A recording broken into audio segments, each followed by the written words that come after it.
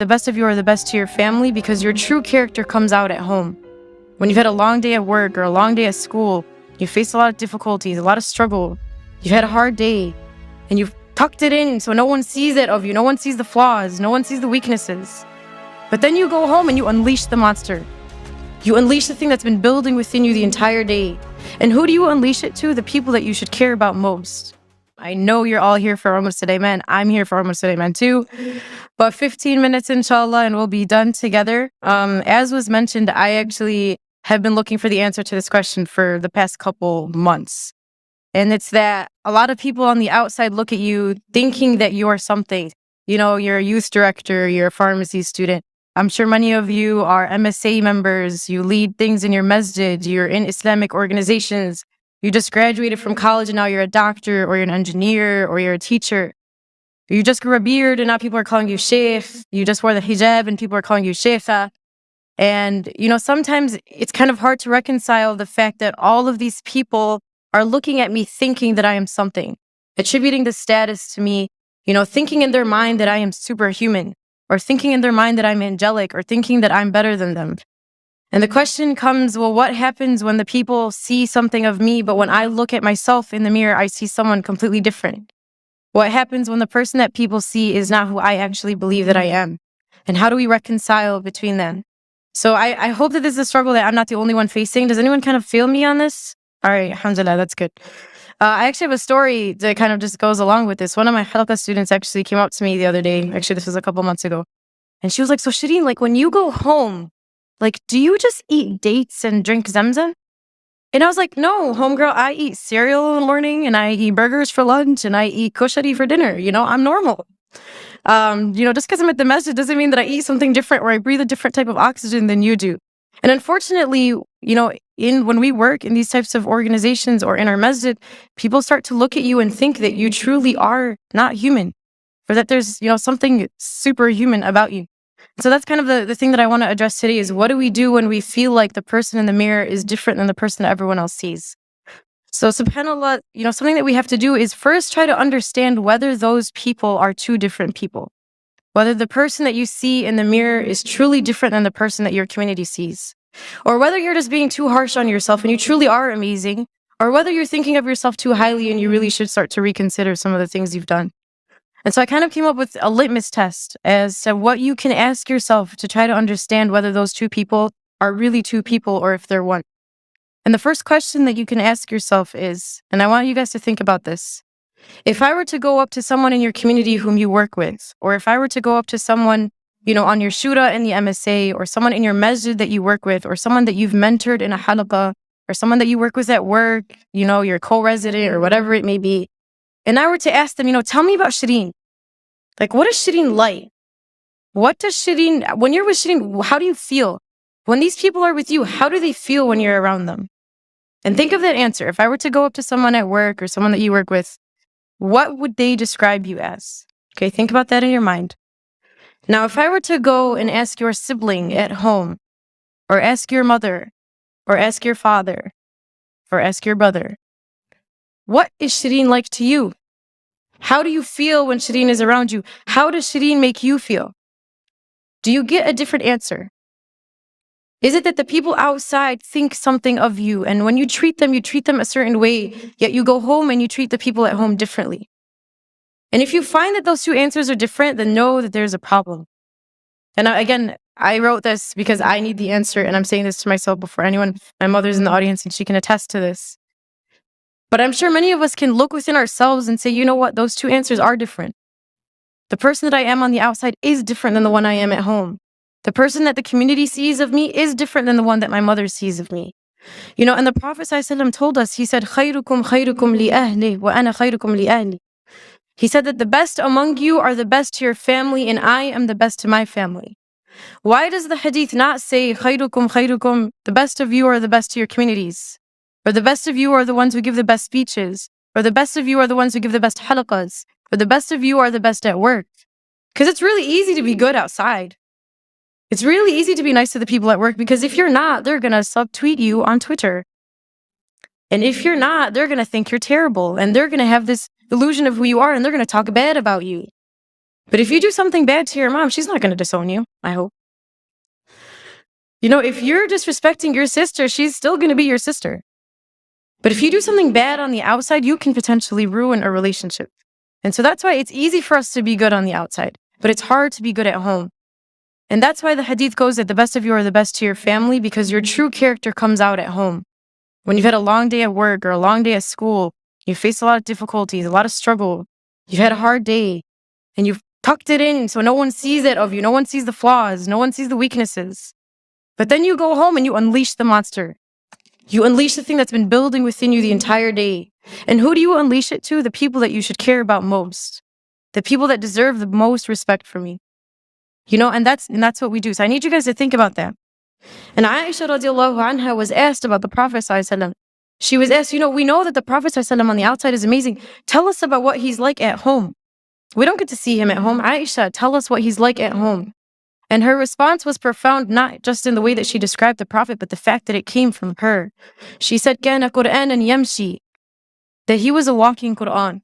He wasn't just a walking Qur'an when he was at the masjid. He wasn't just a walking Qur'an when he gave a halaqah.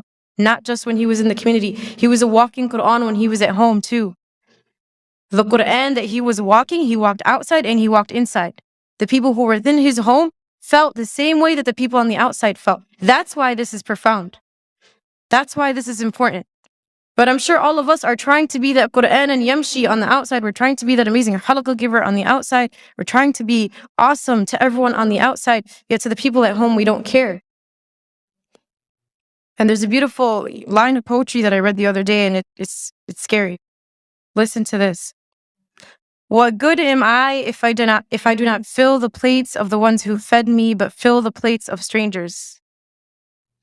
What good am I if I do not fill the plates of the ones who fed me, yet fill the plates of strangers? What good are you if the one who raised you doesn't see anything from what she's raised you as? What good are you as the one who fed you doesn't see any of the fruits of what she's taught you?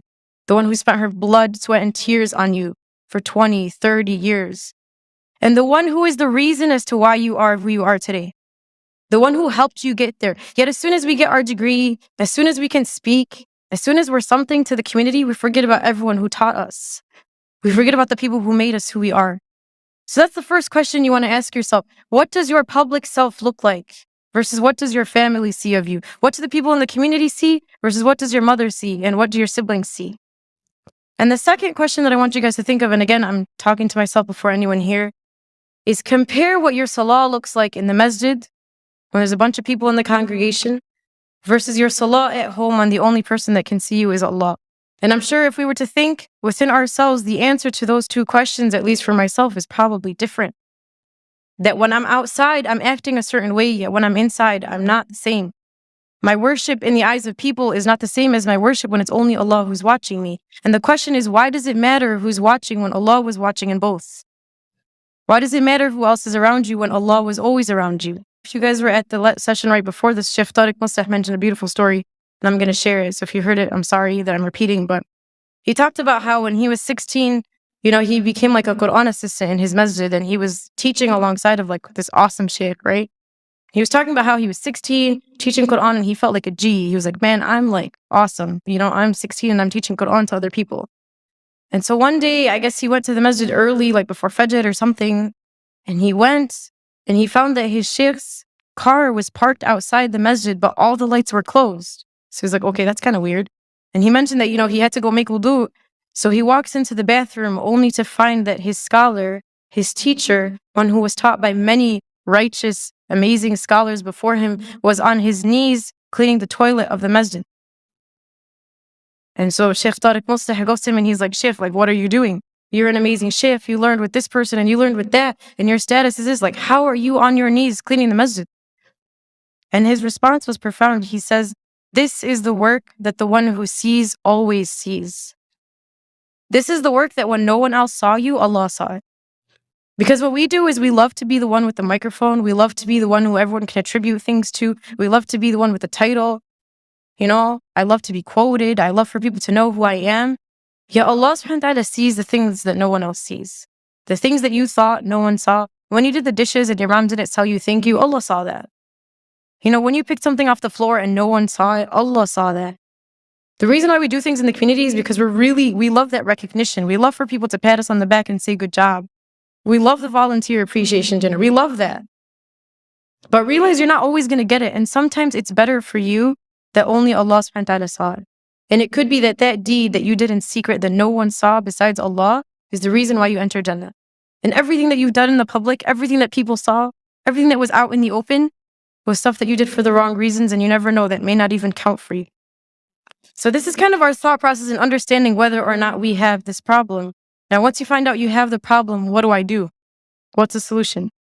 So a couple of things I was thinking about is if you feel like people are holding you up to this standard, you are this and this and this, and you have this title and this title and this title, and you're amazing.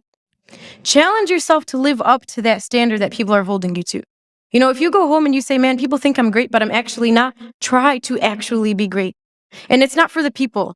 It's not for people to say, Shireen Salama was great. But it's for me to improve myself so Allah can say Shireen Salama was great. For me to take the standard that you put me at and to try to actually achieve it. Not for you, but for Allah.